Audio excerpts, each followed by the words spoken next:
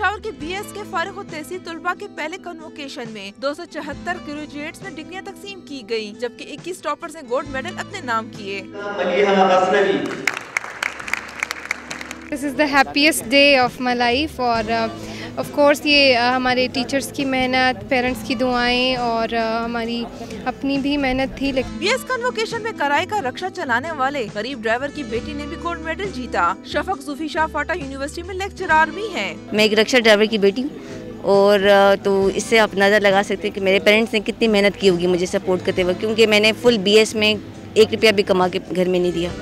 तो मेरे फादर ने इतनी मेहनत की, तो मैंने भी आगे से मेहनत की ताकि मैं इनको अपने ऊपर प्राउड फील करा सकूं। अपनी मेहनत से बच्चे को पढ़ाया है। जो खर्चा लाती है, खर्चा मैं जिसको देता था वो भी अपनी पढ़ाई भी लगाती थी। डिग्री हासिल करने वाले तलबा और तालिबात ने मुस्तकबिल में मुल्क को दरपेश मसाइल से निजात दिलाने का अज़म भी दोहराया। कैमरामैन शबीर हुसैन के साथ हिरा शॉ, डॉन न्यूज़ पेशावर।